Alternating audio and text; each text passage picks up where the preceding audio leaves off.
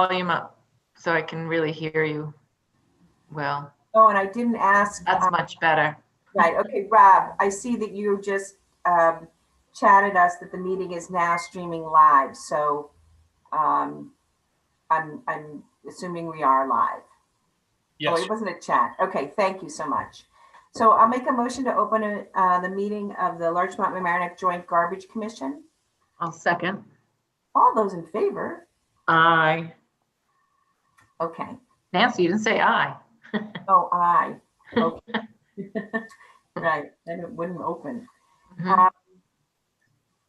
So Steve provided us with new numbers. Yes, I 10 think- minutes. Second alternative. I mean, you can look at it a couple of ways. But I thought these numbers were much less confusing and more made more sense, at least to me, from the ones of last Do you night. want to start with the numbers first? Because I think I'd prefer to begin the discussion with the expanded garbage district Okay. Okay.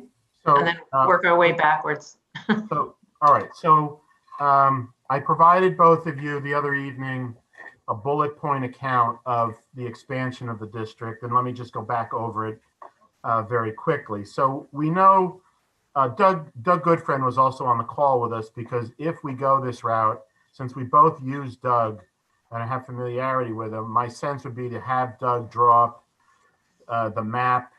Well, the report, you know, we know how to do the report, the map, the report, and the plan, but he would, you know, put it into the legal language that is necessary. But essentially, they gave us the laws that apply. We were familiar with those sections of the town law, as well as the local, as well as the general municipal law, which is section 209.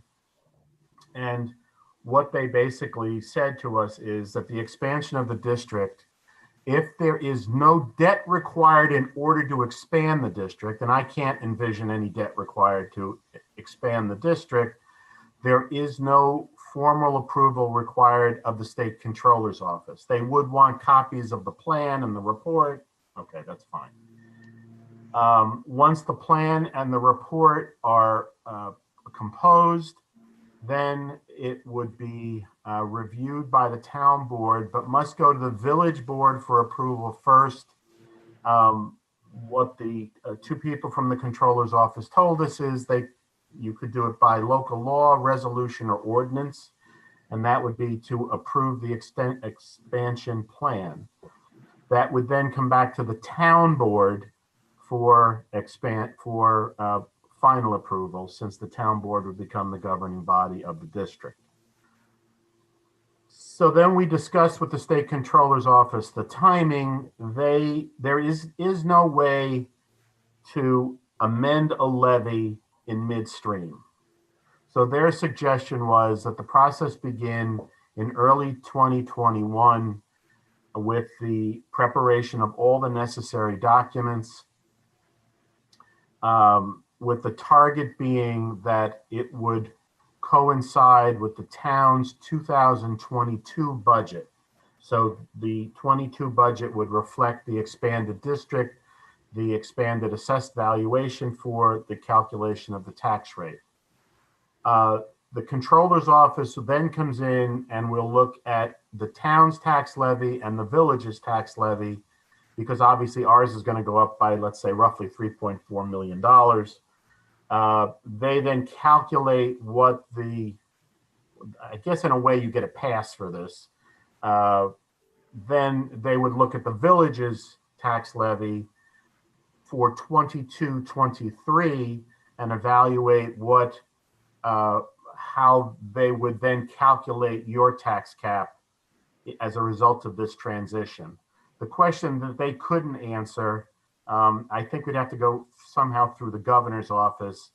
I had inquired about whether this would be eligible, even though we already have the commission, would there be any eligibility for a shared services grant? They really didn't know the answer to that. We may be able to get some help on that from Steve Otis's office and Shelley Mayer's office. It's kind of an awkward shared services grant, but one might argue you have a transfer of services, you do it for, you discuss that you do it for economies of scale and whatever the other reasons are. it may be eligible. It's worth exploring anyway, that it may be worth some sort of a grant. And that's how the expanded district works. In terms of our operations, we'd have to talk about, which the controller's office didn't want to get involved with, was issues such as, the transfer of the trucks, the issue of the, if the commission gets dissolved, that dissolution should occur 12/31/2021.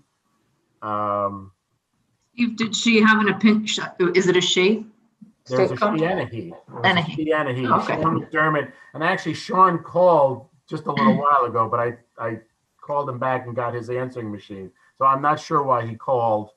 I don't know if there's new information or whatever. Did they have an opinion on whether or not the commission has to be dissolved? Well, they're not sure how you would, what would the commission's purpose be? And if you just left, they didn't. I don't know how you would leave the entity in place. I'm not sure what its role would be. Right, right. So that being the case, it may be best to dissolve it. Also, if the commission still exists,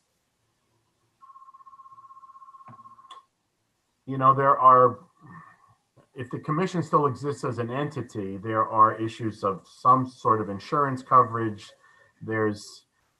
Think of the contracts that have to be changed around. So for instance, you'd still have the contracts with the county, our insurance contracts, all of those contracts have to be changed, but I'm not sure the county would contract with an agency that has no people, no trucks, Right. no garbage. Yeah,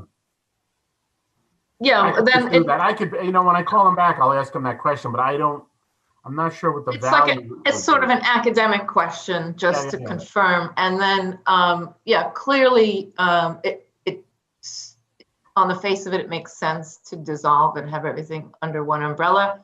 And then it just adds to a little bit of the figuring out of what to do with, how are various assets and responsibilities and et cetera.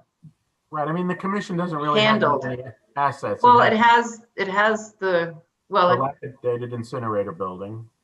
the building, right? I guess some degree of the land beneath the building. And most of the equipment would just be, I would assume would just be turned over to the district. Right. Yeah. And there'd have to be some methodology for that. And just When we investigate, but I'm sorry, I'm getting a message from a resident who's watching the meeting, LMC, and is having trouble. He says that the everything that's being said is cycling again, so they're hearing it all repeated, and they can't understand anything. So there's something wrong with the sound. Sean? Guess we have to. Rob, I'm guessing that's Sean's issue. I think it's Rob. Yeah, I'm Rob, gonna I'm get sorry. that fixed momentarily, working on it. Okay, all right, Okay, thank you. I just want to point out, we've often had town board meetings where the sound is not audible, basically, not understandable.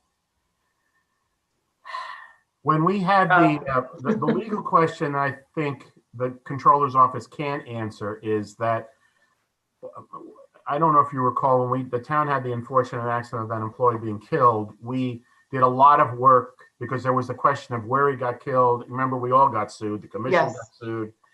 And it was at that point that we identified that the commission is really there by easement. The commission never, quote, owned the land. So we'd have to go back through that easement to see what happens. Is the easement dissolved with the commission?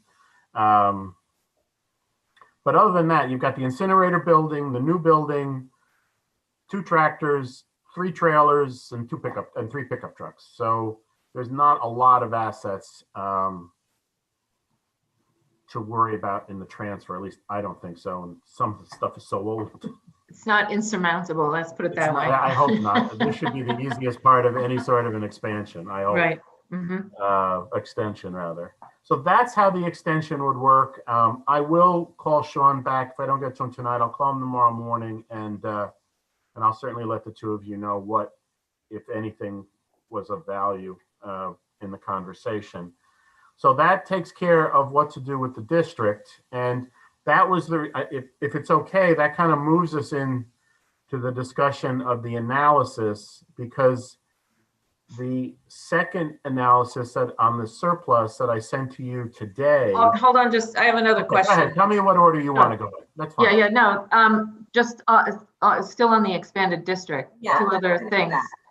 Was there any, I assume the comptroller cares not at all about what type of IMA or agreement there ends up being between the town and the village in terms of oversight, et cetera, or anything like that? No, he's not going to care about that. Okay. And then this sort of relates to, I think, where you want to go next. Is the comptroller explicit on a requirement for surplus in the sanitation commission's, that the sanitation commission holds surplus, or is that just our? No, I'm sorry. Okay. Yeah, the reason for my sending that second analysis, and let me just go into it briefly, we can go backwards if you'd like after, was that since there seemed to be some inclination towards the district, I'm not saying it's approved. When we did the first analysis that I sent you, we had called for the $130,000 to be applied to the 2021 budget, to leave a 10% surplus for the commission to operate in 2021. And then you end up with the resulting surplus. If we assume for the moment that the commission only needs to run for one more year, then, and the fact that we ended up with very good news on the health insurance front that allows me to take another $20,000 out of the commission budget, what I put together was a second analysis that said, well, all right, let's reduce. Obviously, we don't need that kind of surplus anymore because it's only going to run for one more year. So I proposed a 5% operating surplus that would be applied into the 2021 budget. And then the total surplus got reduced to 300 and 200 and. So yeah, when we get to those numbers, we'll Okay. discuss. But I didn't know if that was coming from you and the new numbers you From Steve. found, or if this was, No, the 5% came from the comptroller. No. The state Okay. controller really never Great. got into the numbers with us. Okay. They don't really care about. They were all about the form of the extension. Right. They really didn't care about that. I didn't raise the IMA with I guess the only thing they would likely say is that the IMA can't change the authority of the town government in terms of oversight. If it talks, like for instance, if I use the ambulance district as an example, and there's quote an advisory committee, that's fine. It just can't. I don't think you can at the end of the day, remove the powers of the district's governing body. Remember, Right. we have a lot of special districts like this that have separate governing bodies. They're not even the town board or the village board, but that's a real mess because then they have to be elected and yikes. Yeah.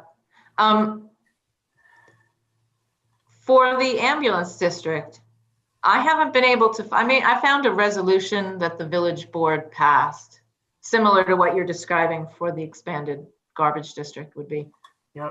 But I haven't been able to find anything on the town's site. What did you guys do? Did you pass a resolution? Did you create a law? It seems like you had to do legislation of some sort. Yes, There's we did. nothing in your town, there's nothing in the town code that relates to ambulance No. district. Because it was the creation of a district. So if you want that paperwork, I can send that to you. That's not hard. I'd be interested in seeing it because I found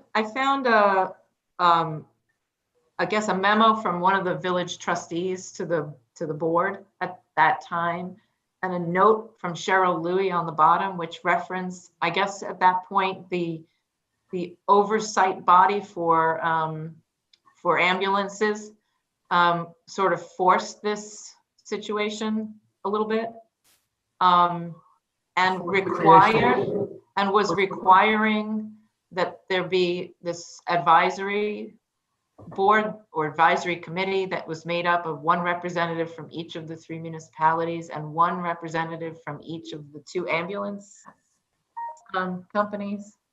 That's yeah. not what forced that's not what forced the creation of the district. It became a byproduct of the decision to create the district so that the 3 communities had some involvement in its operation. The genesis of the district was twofold. One, at LVAC, they could no longer find enough volunteer paramedics, and the LVAC was in danger of losing their advanced life support certification. At EMS, they were right. I think the best way to say it is they no longer could administer themselves, but they were also having a paramedic issue. So that's how we came to create the district, so that we could maintain advanced life support certification. The town pays the paramedics, the volunteers do their share. That's all in, there is the district paperwork, and then there are the 2 contracts between the town and VAC and the town and MEMS. And that's how it's organized. And I'll send you that paperwork. But Steve, why isn't there legislation creating the district? Because the creation of a district doesn't require, it calls for the adoption of a plan and a map. If for whatever reason, with the special improvement districts for sewer, water, garbage, it requires the entity to which the district is being expanded into to adopt the legislation. It's all under 209 of the special, it's called Special Improvement District Law. Okay. So the ambulance district IMAs are agreements with the 2 volunteer corps are separate from the papers that created the district. I'll send you all that paperwork. And I assume one of those describes this advisory committee? Yeah. And its roles, et cetera? And its membership. Okay, great, thank you. But in reality, it just hasn't. I know in reality, it's not even on any of our committee lists, on any of our websites anymore. So yes, I understand that at some point, I suppose it did exist.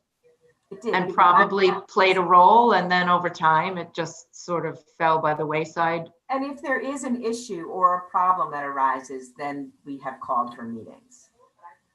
Right. It's not that it hasn't met, it just hasn't met as routinely as it used to.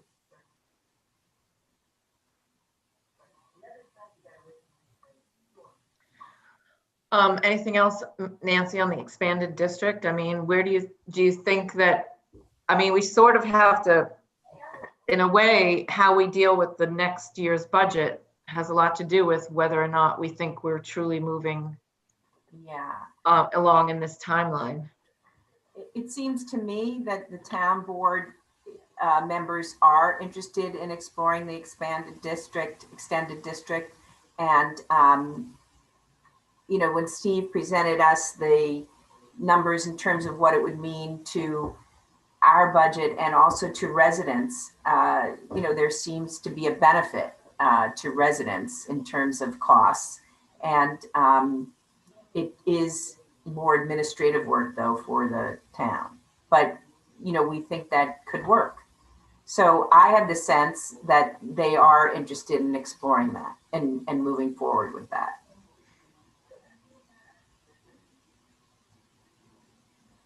Okay, I'm surprised that it's fine. I think my board also is supportive of the concept. As I've said several times, I think that for my board, the devil will be in the details of whatever agreement we can reach in terms of making certain types of policy decisions that affect service. I mean, oversight of the budget is any citizen has the right to provide oversight of the budget. So that's, but I think it's those service related policy decisions that we'd like to continue to have at least a seat at the table. And I think that is what I envisioned and originally contemplated. We haven't talked about it specifically with the town board, other than to say there would be some sort of advisory committee and that Larchmont would want to participate. Right. And that we thought it would be best to have elected officials as the representatives.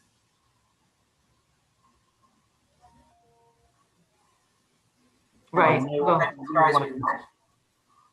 Except that you want every time that the advisory board meets, it's quote, a board meeting. If you remember, that's kind of how we decided how to compose the ambulance district board. So you had one elected official from each community, then you had representatives from VAC, MEMS, and then of course the town administrator and the ambulance district commander sat on it, but neither of us had a vote. So. But are you talking about an official board meeting? Meaning that there's 3 members or more of a elected board?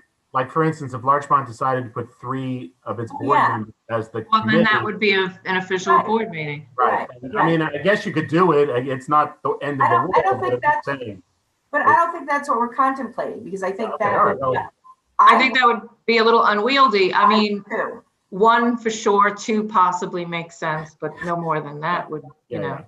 That's what I think also. It would be unwieldy with 3, and that wouldn't serve the purpose. Right. All right.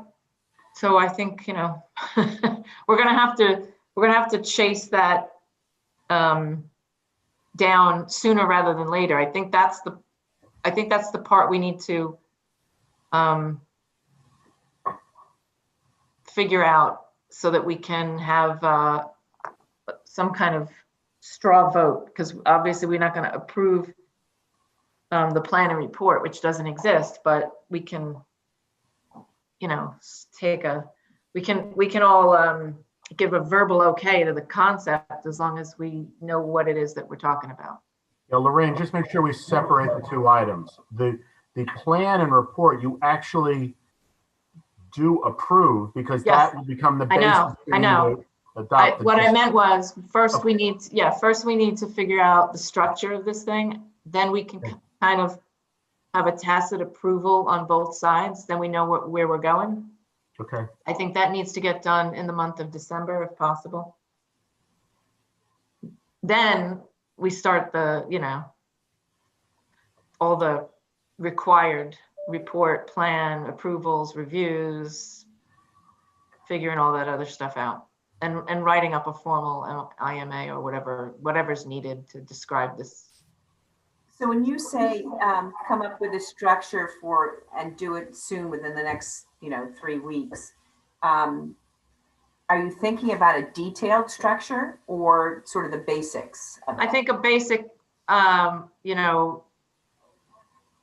what is the purpose? What would be within the purview, and what would be the membership?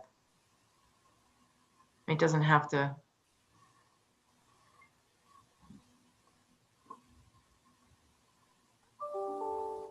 Okay. I think that's possible. I mean, it's pretty broad strokes for it. Yeah. And since we already do this together, we know, what we're doing. It's not like we're inventing the actual service. Correct. Right.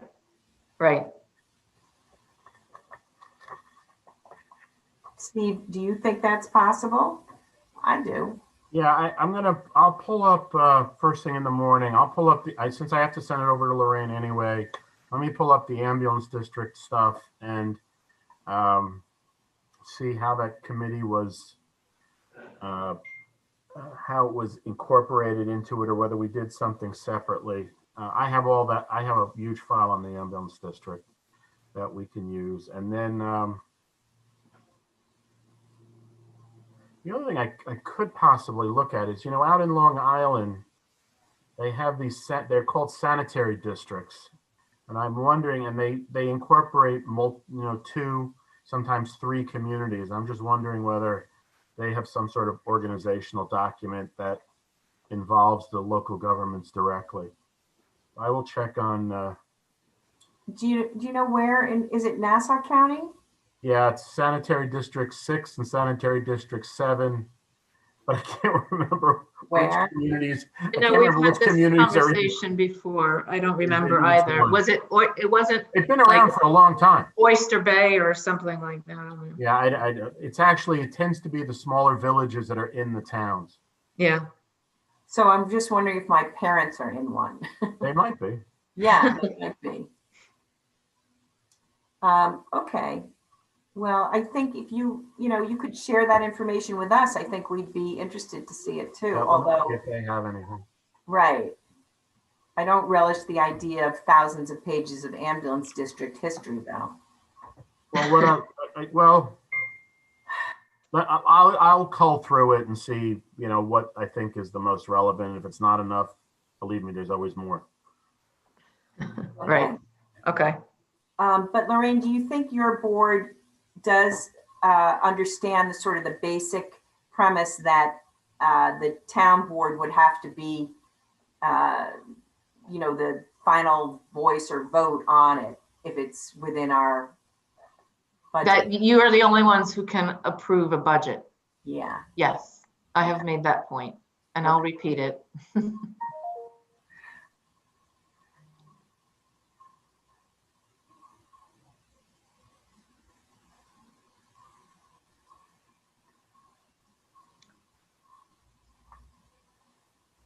Okay.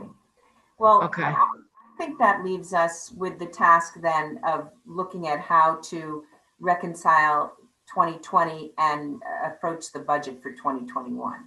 I agree. Okay.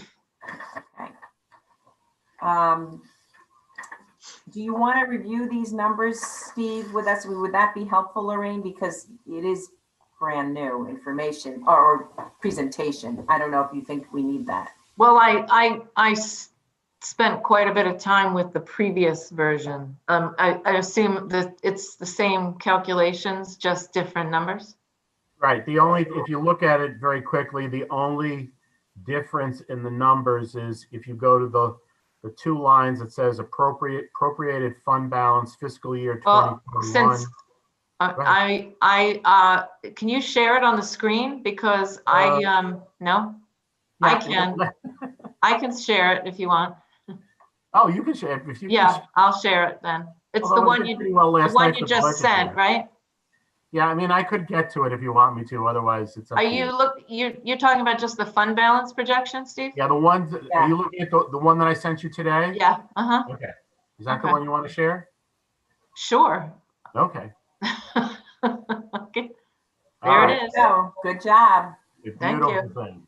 All right. So just look at the total for the moment. Just look at the totals column. And if you remember the appropriated fund balance for fiscal year 2021, when you received the budget on November 10th, it said $130,000. Right. Again, if you assume for the moment that we only need to operate for one more year, my thinking is that, $110,000 may do it. We probably would go over budget on some line items depending on how the year goes. This year, let me just digress for a very quick moment. We appropriated $130,000 of fund balance from the commission into the 2020 budget, but actually only spent about 55 or 60 of it. So it was like 51 something. Or 51, Yeah. something like that. So my sense is that the 110 would be more than enough. And then instead of having a 10% reserve, only have a 5% reserve. If in the middle of the year, something just falls apart and we've got to run out to do something, we'd have the ability to do it. Rather than coming back to the town and village and saying, guess what, we need to borrow money. This would give us just a little more play for 2021.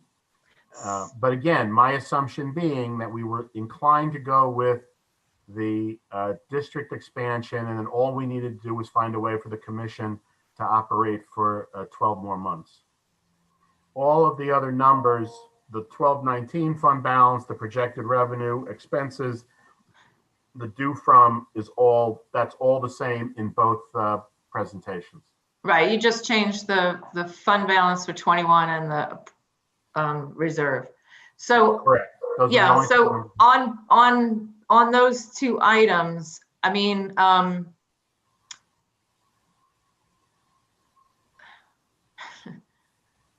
reserve is a policy decision which we never really discussed, but has come up in the last 2 years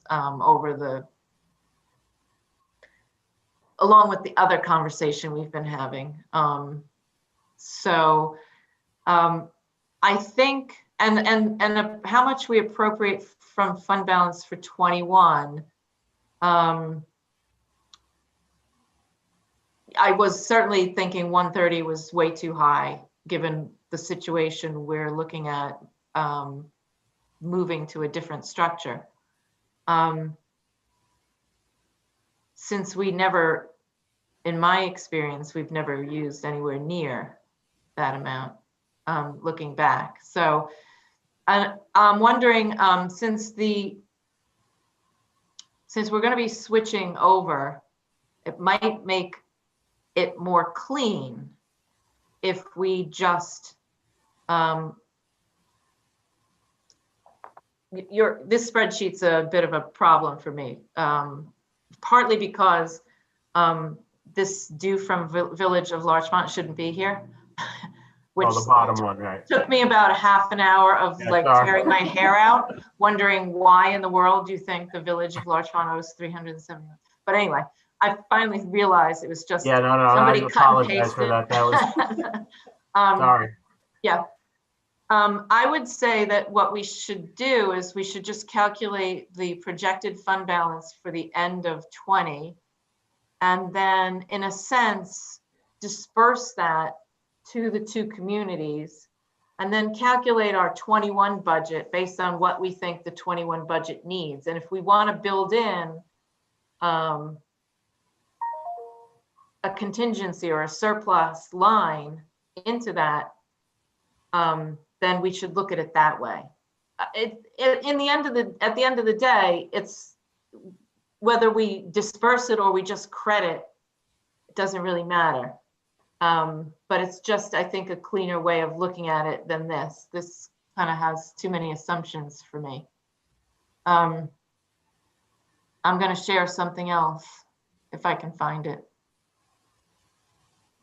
Hang on just a second.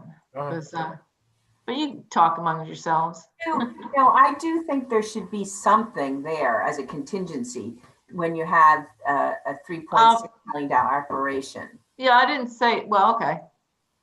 This is a policy discussion. We've never actually had one. And quite frankly, I mean,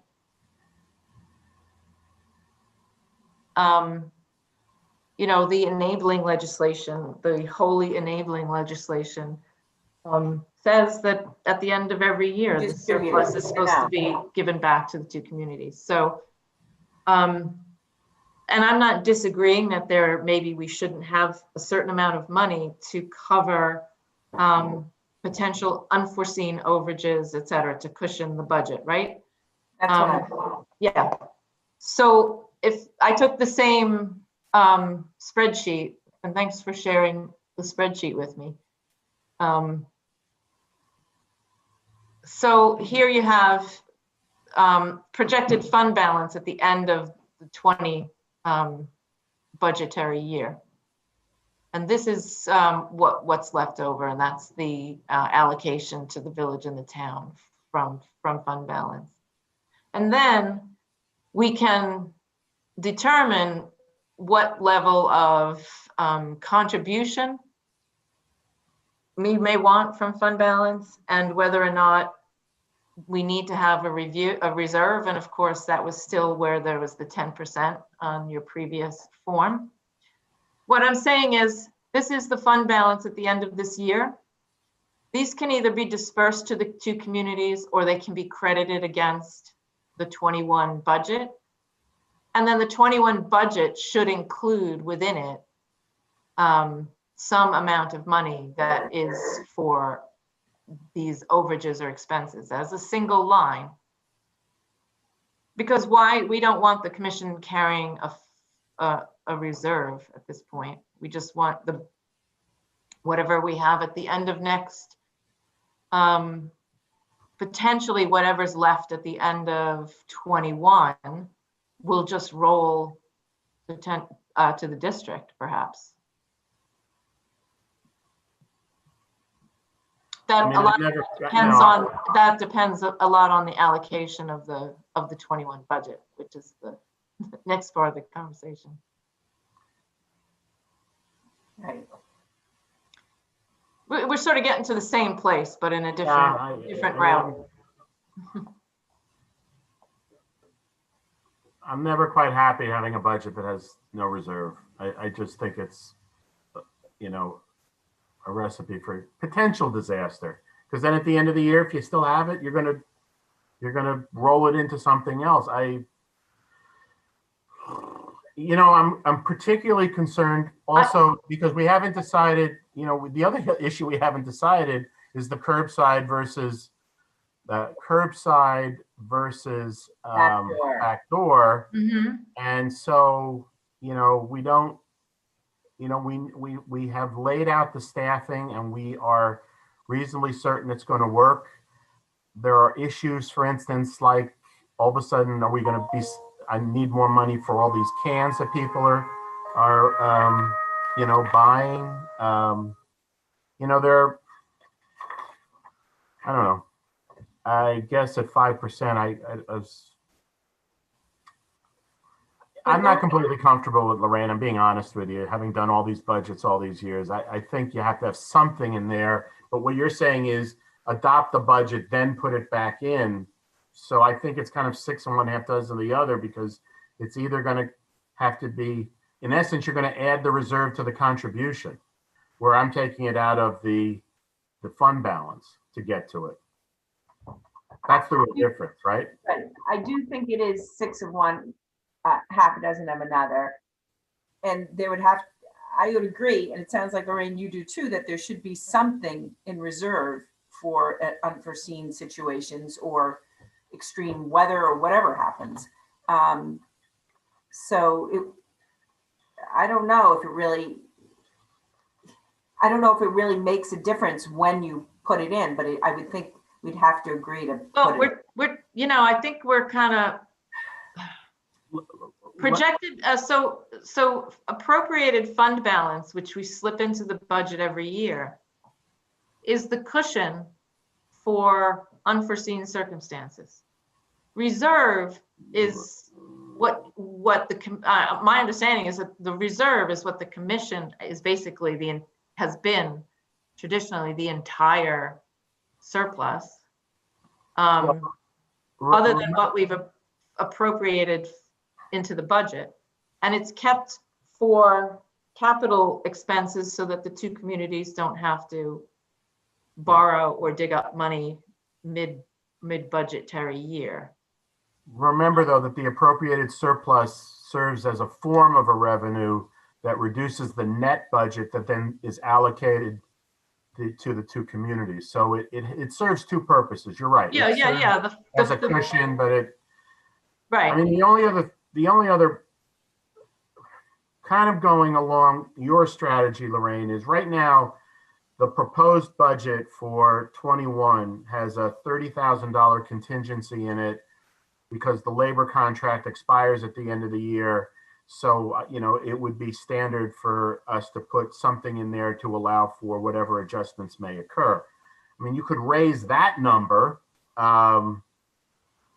You could raise that number to something that would serve as a form of as a cushion. But remember, that increases the expense and takes away from the appropriated surplus that will reduce the net budget. Except that what you would then do is you would take the surplus and credit that as a revenue. I mean, the fund balance. But anyway, like I said, I just thought it was important to look at it. First, let's look at, here's 2019, right? And here's the fund balance projected for the end of 2020. Correct. Separate from including in the calculation of our fund balance, decisions about appropriation and reserve that haven't yet been made. Well, yeah, but I understand that they haven't right. been made, but you really have to include it in that column, because when you get to the end of 2020, your surplus, there's a portion of your surplus that is unreserved, and then there's a portion that's reserved. So at some Right, but point, the you have to make that decision. reserve is not included in this fund balance calculation. The prepaid is not included in here. Right, I understand that, but the application of the appropriated fund balance becomes a deduction from the surplus. Yeah. Yeah. Sure. So that's what I'm saying. But you have to kind of you put don't it in have that column at some you point. don't have that application yet because we haven't made a decision on the budget. You're right. So why put it in the calculation? It should come after, because it's the next year. That's all. I'm just rearranging the presentation. Okay. So there are still decisions to be made versus the other. But I love the format, the new format. Okay. Were you okay with just very quickly moving the format of the budget? Right? Is that too many? I just want to digress for a moment. The format on the budget where I got it all onto one page when I sent it out, is that too many numbers on one page? Normally the budget is multiple pages, but what we found was a way to put the budget on one page. Go to the expense. Do you Are you talking about just expenses? Go to the second. Go to the expenses, Lorraine. Yeah. Do you see that on my screen? Yes, I see that. Yeah. Okay. All right. That's Now revenue. go to the expense. The expense tab. Yeah. There you go. Okay. Right, so is that just for, this is just a format discussion, not numbers. Is that too many numbers on a page? The only thing I liked about it is we got the whole commission budget on one page. But I think it's perfect. It's fine. Yeah. Okay. All right. So that's how we're going to redo the commission budget for 21. Okay, good. Yeah. All right. Much So easier to follow and has all the information. Yeah. Right. Okay, great. So that's great. So I think, we are agreeing on the concepts for the fund balance. We're just discussing how to present it and whether to include the 2021 in that presentation, which I don't think you need to either, I hate to say, but we do have to figure out both 2020, where allocation, and 2021. We have to figure out 2021 allocation. 2020 is done. 2020 is done. Yes. We're please, 2020 be done. Yeah. Sorry. So, all right. 1. What day is it, Nancy? Actually, I did a really silly thing yesterday. I was, of course, on a Zoom trying to follow something, read an email that someone wanted to talk to me. The Zoom I was on started at 1. I thought it started at 12. So I told the person that wanted to speak with me, I could speak with them at 1, but it already was 1:30. So she was you had missed everything. Right. And she she kept saying, do you mean tomorrow? Do you mean tomorrow? And I'm like, no, today, because I was an hour off. Anyway. Yeah, I think I've had that experience. Okay. So, I would like to know where you think we should start. Who, me? Yeah. Well, I did do, let me see then. I have another little spreadsheet.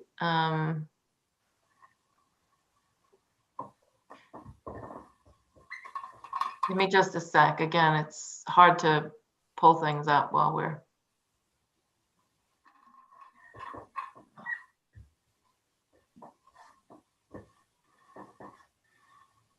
So if we look at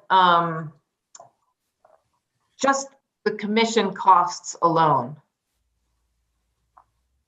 and what it would mean for those commission costs to be distributed in a district, which is, so this is not, so this is what I'm putting up here.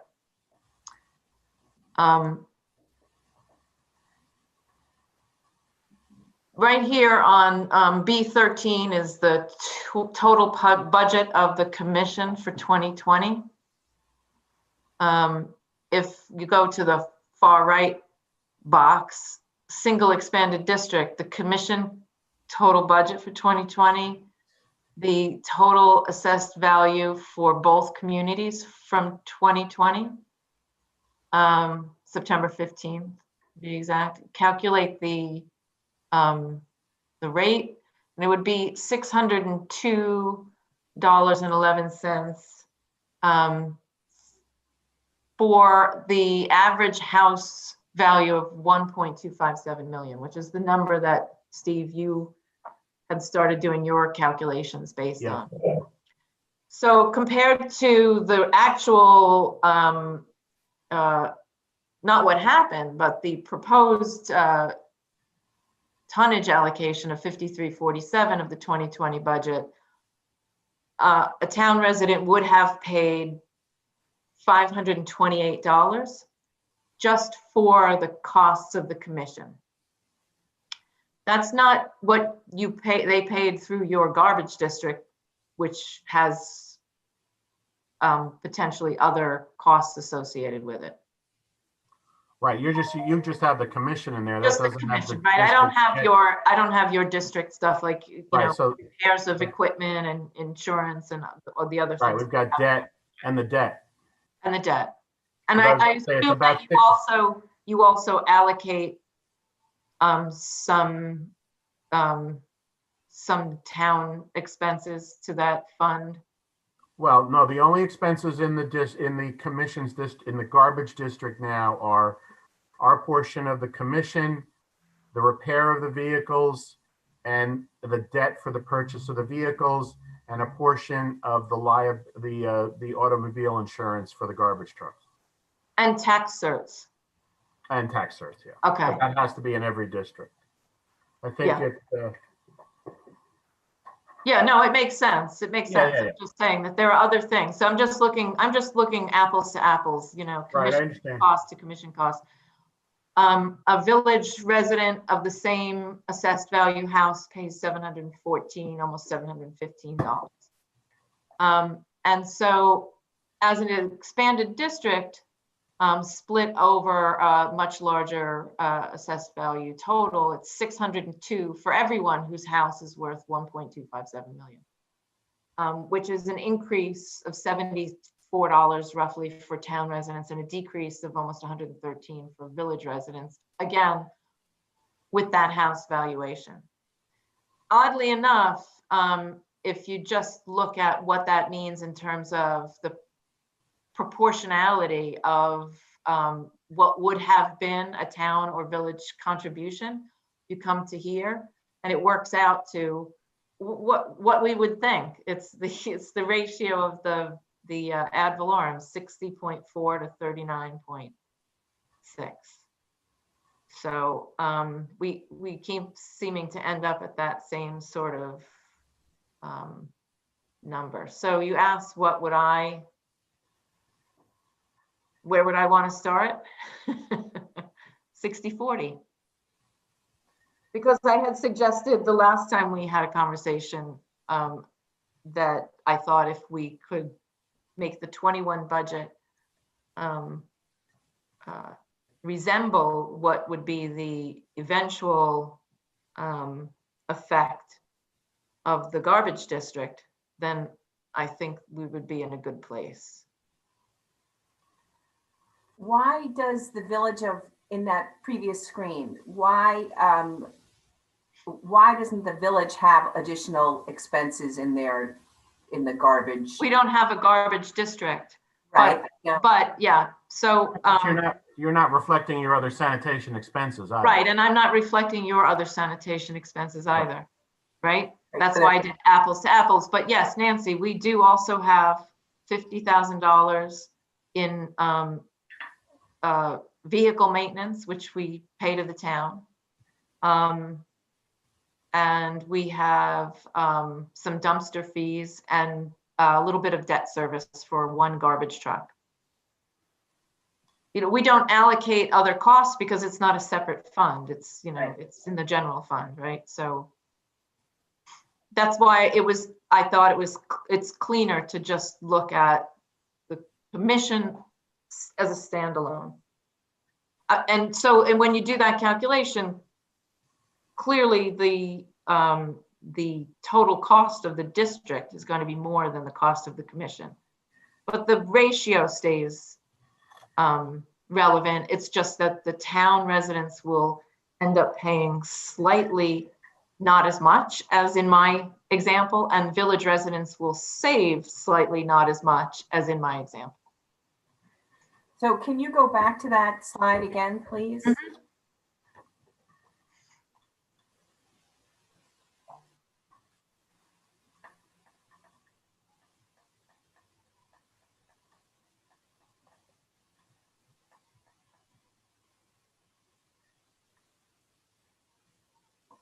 I am not following how it gets to 60/40 through this.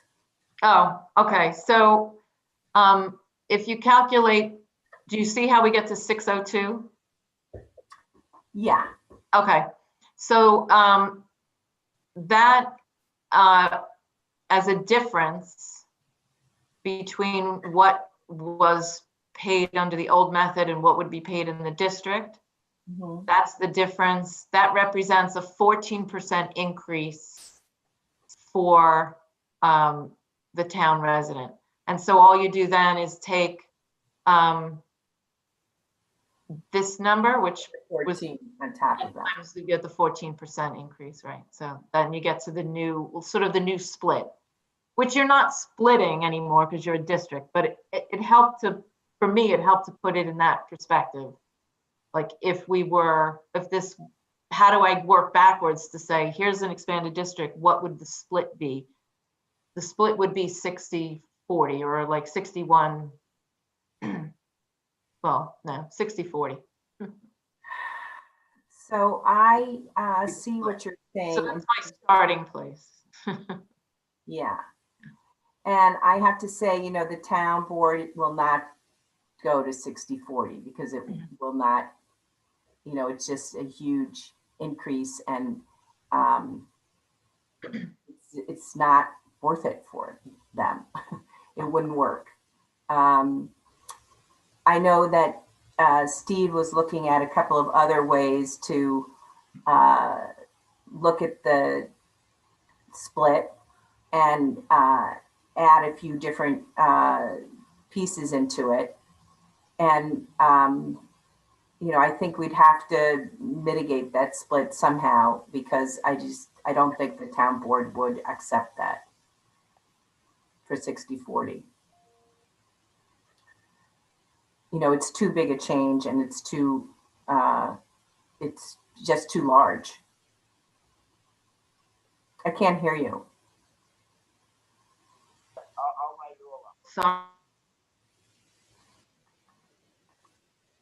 Sorry, Nancy. No, I was muting myself because somebody was talking through my phone. So I'd like to ask if we could please consider some other splits and look at it a little differently. We had there were some minor changes, I think, in the tonnage that Steve was mentioning for one of the routes and area. And also, you know, looking at the commercial differently in terms of its extra cost. But I don't know if we have those numbers right now, but we have some of them, right, Steve? Well, through the end of November, just using the old way, we were at 55.45 for the tonnage. I redid the tonnage numbers when I sent you all this other data. So we are at 55.45, not 53.47.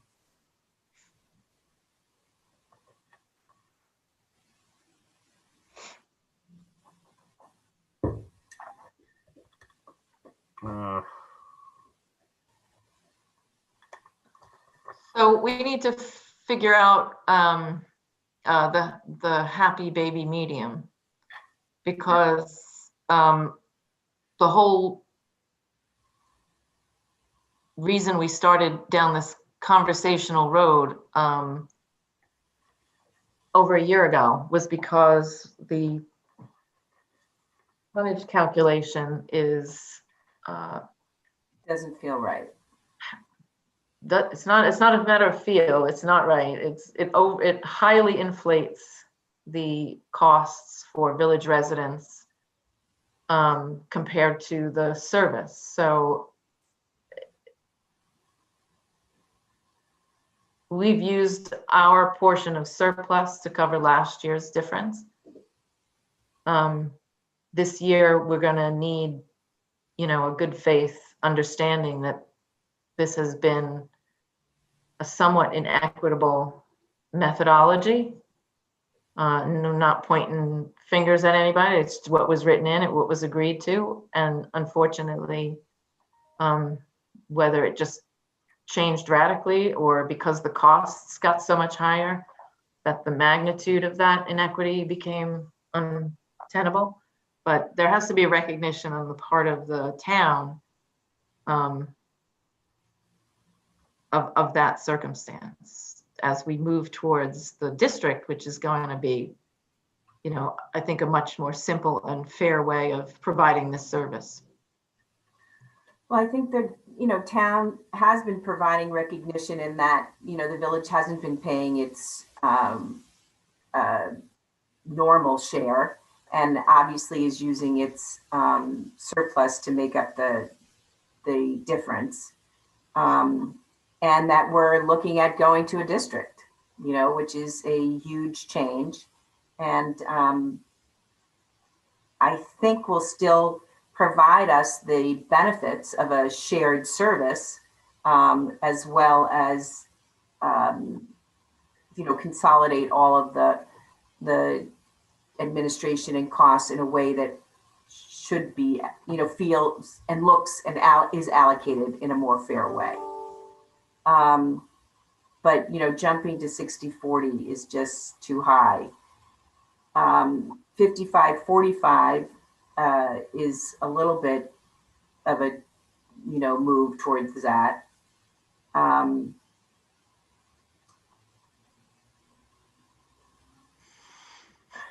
don't know if we could, maybe we could split that. Split the difference between 45 and 40? Yeah, that's what I'm thinking. Very Solomonic. Oh, yeah.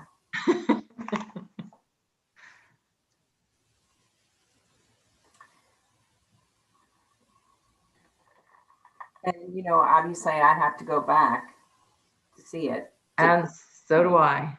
Yeah.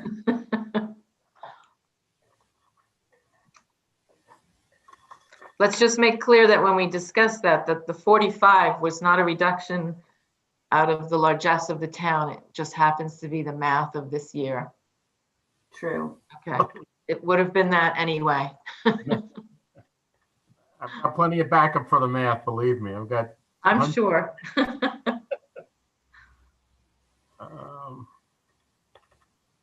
I think I feel comfortable, Nancy, bringing that to my board as an interim, an approach to an interim year.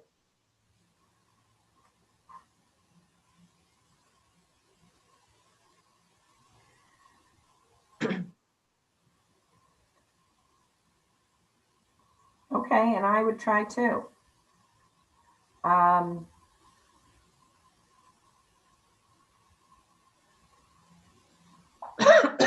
I can just say that, the town board does feel, and I know you don't feel this way, but they do feel bullied by the decision of the village to not pay the share, sort of, I was just call it the normal share, for this past year without. Right. So, here's my rebuttal. One,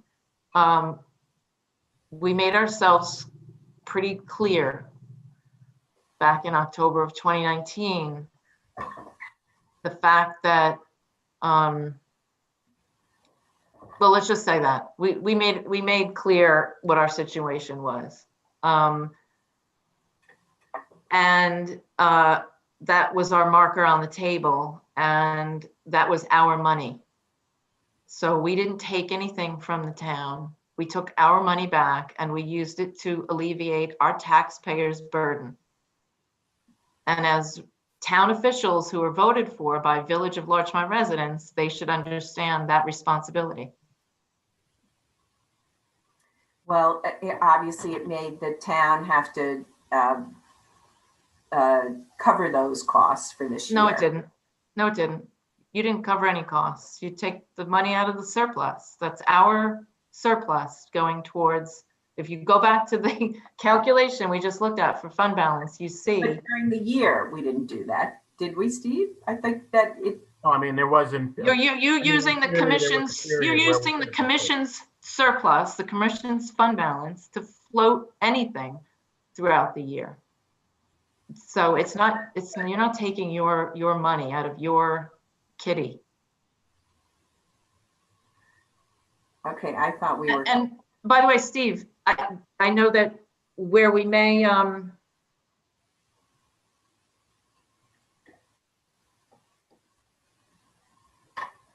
if we get to the point of reducing the reserve, there may need to be a conversation about the village paying over 12 months versus our usual format for cash flow issues.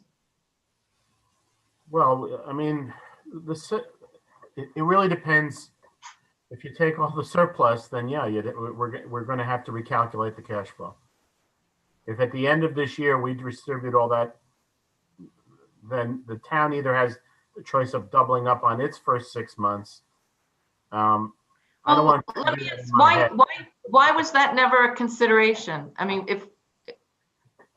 why was what never a consideration? That the town would double up on the first, or double plus up on the first 5 months, and then the village doubles up on the last 7 months.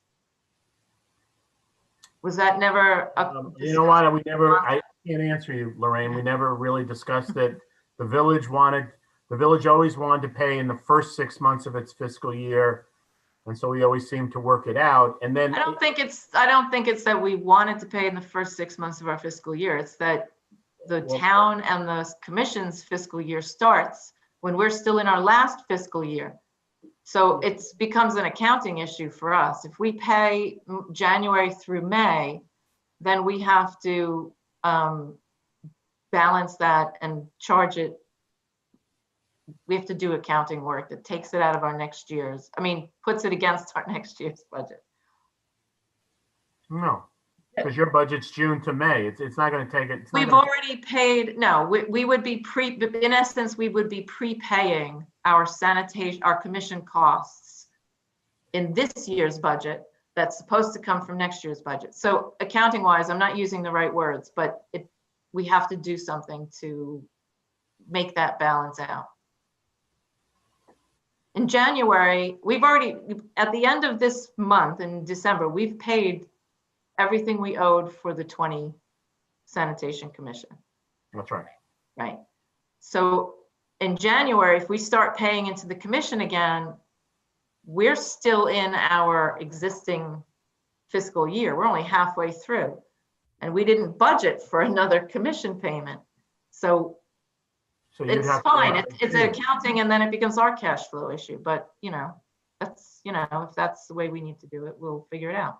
But that's, however it worked, the village and the town Yes, the commission is always cash poor in January and February.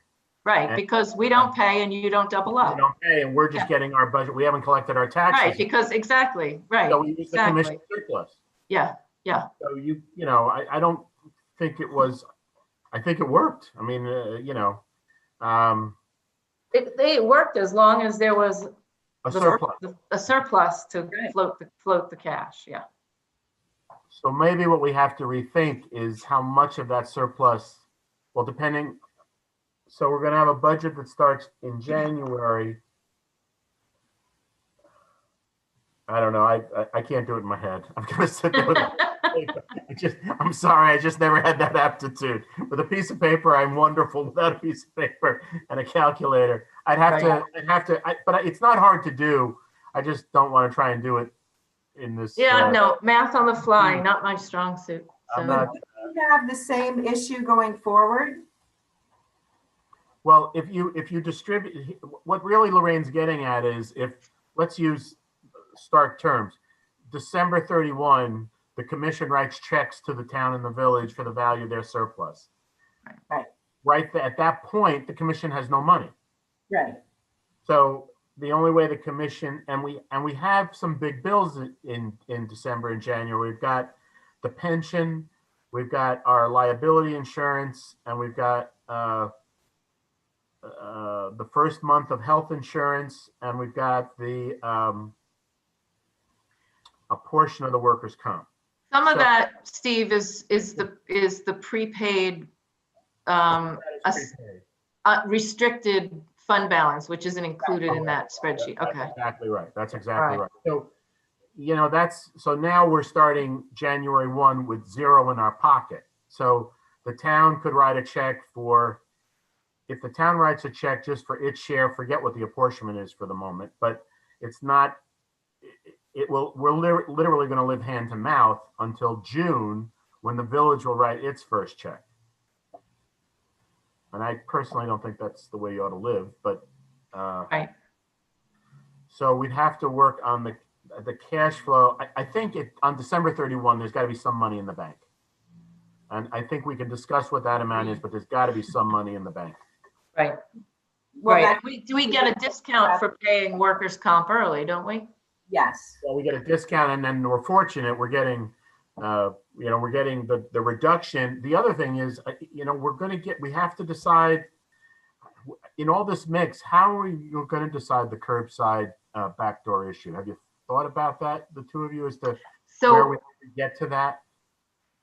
Yeah, I think we left some outstanding questions that you were going to follow up with, Steve, which was we were discussing making perhaps some changes to the draft law. And you were supposed to find out if we needed to re-notice a public hearing or if they were not substantial enough. If I can for a moment move from the numbers, can I run something by you? Because the other day I had the opportunity to speak to the city manager in Rye. And I don't know if you're aware that when the pandemic started, they actually went to curbside 1 day a week. So now they're just at curbside. Now they don't have a law. All they can do it, actually, the city manager has the authority to do it with the approval of the board by resolution. It got the amendment that I think you're referring to, Lorraine, was, well, we have an amendment regarding the weight of the barrel, but there was the amendment as it related to senior citizens and the handicapped, if we were going. Right. The city of Rye, I asked Greg, I said, Greg, what do you do with this? Because they have on their website, if you're a senior, if you're unhealthy, if you're disabled, call this number. Did you call? Yeah, I told you. I was kidding, Greg. I called the number and nobody answered. I said, thank God it wasn't a suicide hotline. It was just. So he said, I don't know why no one answered. And I called during a normal work day. But anyway, that's neither here nor there. They actually allowed it to become an administrative procedure developed by the staff with review by the city council. They did not incorporate it into the law. They were as I am, a little concerned about how you would administer the handicapped exemption. The senior one is easy if you decide you're just going to do it solely on age. The handicapped one is a little trickier because you want to make sure you're truly helping a handicapped person with this exemption. And I know it doesn't necessarily sound right, but we know what happens with handicap parking permits. They have had, out of 4,000 collection stops right now, they have granted 95 exemptions. They had actually a very funny one that I have to communicate to the two of you. They had a woman came in with a doctor's note from an OBGYN in Toronto, claiming that she couldn't bring her barrels to the curb. I said, "What did you do with that one?" He said, "That one we rejected." But how are we going to administer it? I'm going to start to work on some criteria, but there may be the question as to whether it needs to be in the law or just a policy, an administrative procedure, which Yeah. after talking to him, I think may be better. That way, if you want to change it at some point, you're not going through this huge public hearing process. And actually, the commission law gives the superintendent certain discretion. For instance, if someone is not complying with the law, the superintendent can unilaterally decide not to pick up the garbage. They can decide, they can actually decide the location of the garbage in certain cases. I mean, I don't think I think maybe twice I've used it when we had a commercial property that was being very stubborn with us. So I'm wondering whether we go with the law as is, and maybe consider changing the weight of the barrel, but the procedures for seniors, handicapped, or whatever other exemptions, I can't think there would be any others. Do that by administrative procedure. Mm-hmm. I'm going to actually start to work on that tomorrow. I pulled some off of a website. Actually found one in Roswell, Georgia. It actually wasn't half bad. But anyway, I will have something to you all next week. Now that we got through our budget hearing, the load lifted a little bit. I like that idea, Lorraine, because I think that legislating disability is really, really too tough. And it would really be, I think it would be unwieldy in a law, and it makes more sense to have it as a policy or administrative. I agree. Also, sometimes, if you put too much detail in a law, it just becomes really, as Steve said, it becomes onerous to, like, we used to include actual fees in our law. We decided that was dumb because then we had to have every time we wanted to make a change, we had to draft new law. Right, we changed the law. So, yeah, exactly. So then you can be more flexible. You can see what is really, what's the reality, what's coming your way, and the policy can adapt to what's needed. Exactly right, and that can be decided. That could be a role, for this quote advisory committee to a certain extent. I think my board is. I mean, if it would seem we probably want to have this decision either. I think we need to have it for the 21 budget because sometime in 21, COVID's going to end. We think, and we hope, and and we'll either at that point have to, stay curbside because we changed the law, or go back to the old way. Now, if you again, I'm sorry, Lorraine. Go ahead. Depending on how you decide this surplus issue, we have adopted commission budgets as late as December, like 29th or 30th. I mean, we can go that late, but remember there are considerations for further reductions. While it's not a huge number, PERMA has agreed to throw out another $25,000 in a reduction. They'll evaluate the experience at the end of 21 to consider a further reduction. So, we've got to make some decisions because I have to decide what budget to put before the two of you for adoption. So I don't know that there's time now for another joint board meeting, but no, I think that once we clear up, the questions about whether or not we're going to make a change to what we have in front of us, my board is no doubt ready to take a vote. Okay. And I gotta say, I'm not sure about mine now. Last night there was some noise at the town board meeting about people who were saying, well, they were thinking it or not sure. And I really don't know where they stand. Whereas the last time I polled them, it seemed like everyone was in favor of moving forward.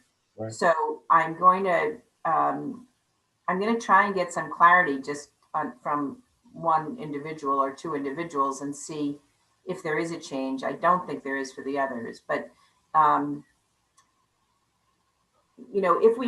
so it would seem to me that if we don't have a dramatic change to the proposed law that we've already held a public hearing on, and we included the disability and senior exemptions in administrative procedures or policies, that we would be able to move forward without another public hearing. Yeah. Mm-hmm. Mm-hmm. Okay.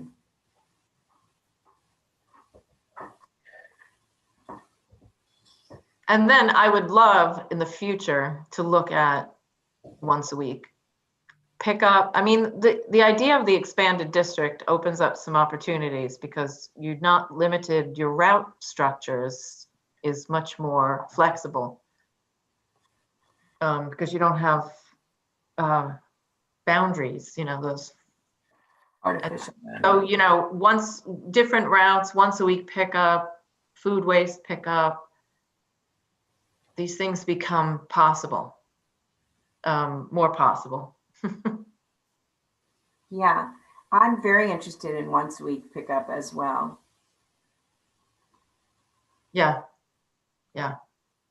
And I think, one more thing, just to get it off me. In my daily walks, I have become convinced that we must immediately require certain cans, especially for recycling. If I see one more,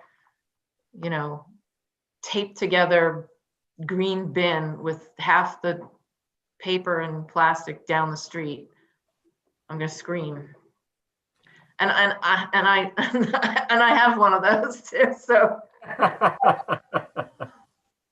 I think that we really should move towards a requirement for the specific trash cans that the commission has identified. But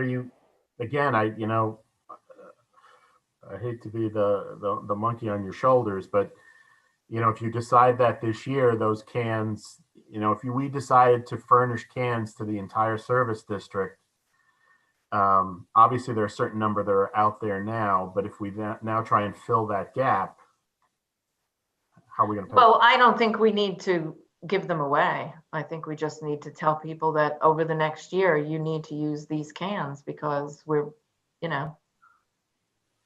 the service requires it. Like, it's better for the guys. They can put them on the lift. And, it helps us make further changes down the road. And it's better for them because it's easier to move. And it's better. Exactly. Yeah, I don't disagree with you. Those cans have worked out. I'm so glad we went away from the bin. Yeah. The bin was a great starting point, but it is no longer practical. It really isn't practical this year. Look, it's impractical. It's both from the standpoint of the workers and from the standpoint of the environment. We're recycling for the environment, and yet your trash is blowing all over the street because you put 18 boxes and some newspapers in a 3-inch deep bin, right, with no lid. So I agree that I don't think we need to give them away, but it would be nice if we gave like a tiny discount or something, maybe, to incentivize people. Or how about if it was a discount for a certain period of time, and then after that you had to buy it yourself, and then after another date we don't pick up your recycling if it's not in the right can. Yeah, no, I agree.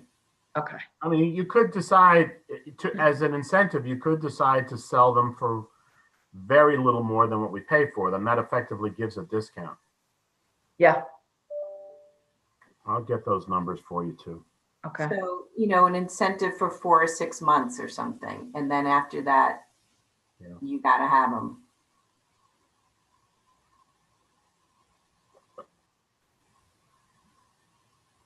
Okay, can I go on to, unless there's something else related to the first two items, I wanted to talk about the food waste recycling.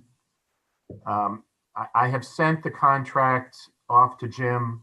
I don't think he's going to have any real comments on it because, all of the terms and conditions are very doable. I did speak with both the county and I spoke with Suburban Carting. So our current contract with Suburban Carting will end on December 31st. That's the contract where they come to the yard. Beginning in January, then we will take the material to Suburban Carting in what we call our Perkins truck. It's a truck that can't leak. In speaking to the county, they haven't worked out all the details on the delivery, but essentially it could be that we will be given scheduled days, which when I ran around with the two foremen this week, they don't have a problem with that.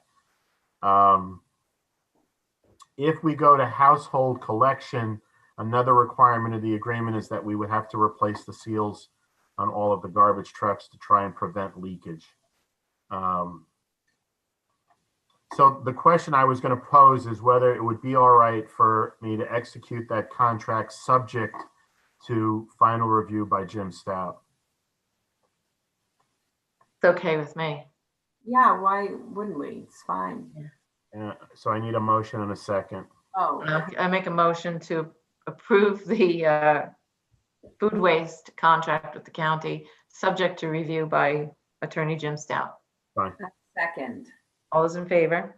Aye. Aye. And then the last item was, we are members of the Employee Assistance Program. Now, obviously, if we go to the district, what the county told us is that that would get folded into the town's contract, which we have. But it has, it has worked out well for some of the fellows that have had some troubles. They help us with a number of things. They even help us with employee disputes between employees when we can't seem to figure it out. And so I'd like to renew that contract as well. I'll make a motion that we renew the contract with the EAP for the 2021. I second that. All those in favor? Aye. Well, we have to tell Lorraine, though, the funny story the other day where Connie came in and said, talking about a particular employee, and said they tested positive. Oh, yeah. And both Steve and I were like a wreck. And then it was for drugs. Oh. I will finish that story. It turns out the employee was positive for marijuana. So, there's a procedure. We have the federal procedure all documented. And turns out the employee has a legitimate exemption from the New York State Health Department.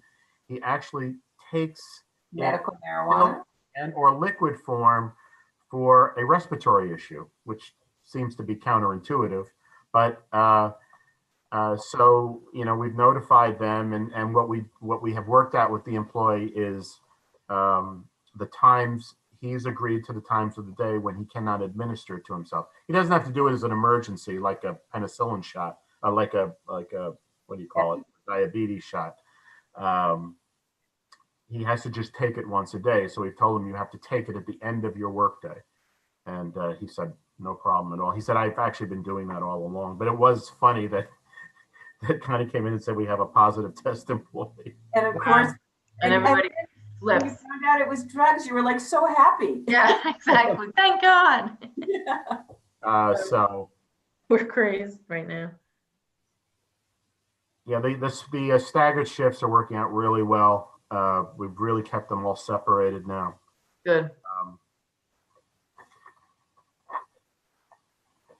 I can't remember which municipality was it, Nancy, today on the MOA Zoom, where they're having their highway department employees go directly to the work site. I know that one I didn't like so much.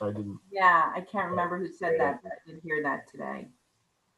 Lorraine, did you know that there's a mentoring program? They consider it in Larchmont. It was the state mentoring program. That's who was the speaker at the WMOA lunch today, well, executive committee meeting, not lunch. And he said that there were several programs in Westchester. One was in Larchmont. And I said, what are you talking about in Larchmont? And it was through Homix, but I didn't know about it. Okay. Nope. And not in Larchmont, but that's not, it's par for the course. Right. Yeah, no, I know. I never heard of it. Mm-mm. Also, are you getting lots of people calling about Westchester Power? Or is No, that noise? no. You're calling me.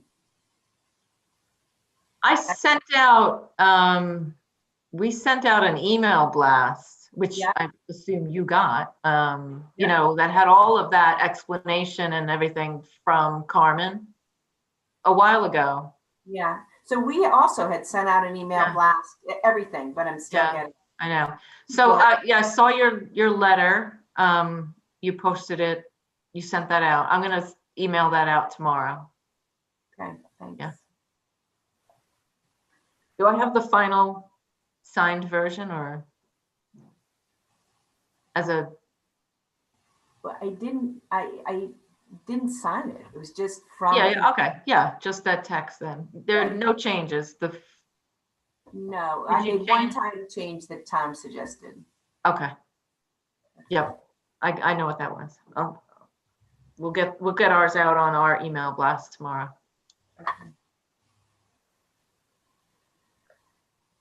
All right, so now I have a problem, not problem, but we have timing issues here because we're not meeting as a board until December 14th, which is a week from Monday. Oh, That's we have a work session on Monday, and then we have another work session on the following Monday, and then we have a board meeting on the 21st. So we're meeting the next 3 Mondays. we have a work session on the 14th and a board meeting on the 16th. So I think we could move up the meeting on the 14th. sorry. You think we could move up the 14th meeting? We actually mentioned that last night, and then there was I don't remember what happened. I think I stepped yeah, out. as several people said they had already had 3 town board meetings. And I said that, budget town board meeting is more important. I'm sorry, not a town board meeting, liaison meetings. So, Want to take another crack at it maybe for next week? I don't know my count. Oh, yes, I do. we could try. I think we're going to have to try because unless you think we could do it all on the 14th. But I that mean, we can try. We can start at 6 a.m. and just work our way through the entire day.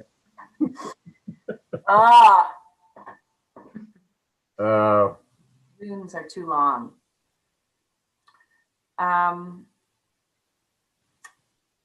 Let me see. I guess we'll think about it. I have to figure it out. Why don't we look at the calendars and then we'll. Okay. Actually, next week is a good week for me, anyway. Yeah, not for everyone else, it sounded like. Okay. So you're meeting Monday, you said. Okay. Yeah, so I'll bring up some of these things on Monday with my board. We of course have a full agenda, but It's a busy time. it's a busy time. Yeah. Yeah. Anything else? I guess that's it. So the next commission meeting will be digging into the 21 budget. Right, so we'd have to Hopefully figure out. we'll have direction. So maybe we should try and book that now.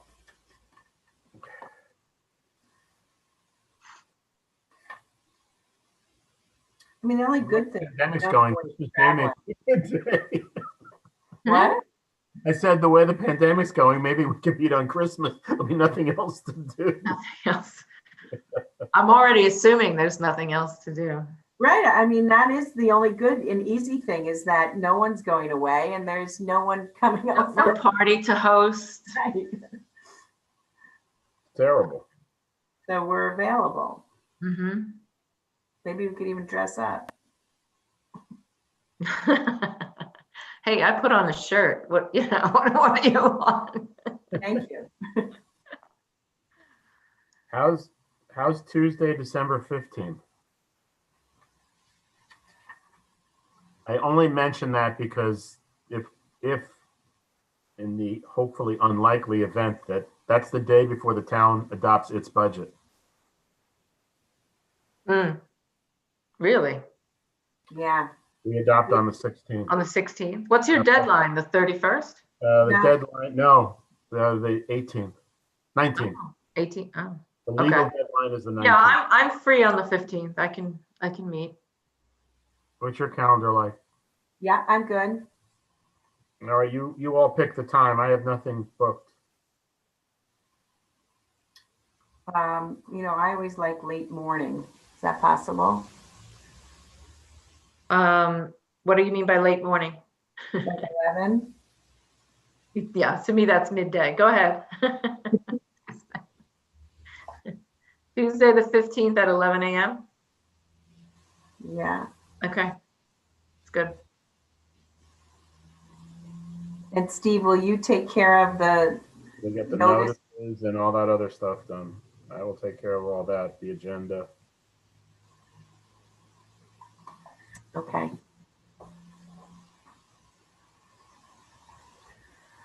All right. So I think that's it, right? That's all for me. I think that's it for now. Yeah, So I'll make a motion to close the meeting. and I'll second that. All those in favor? Aye.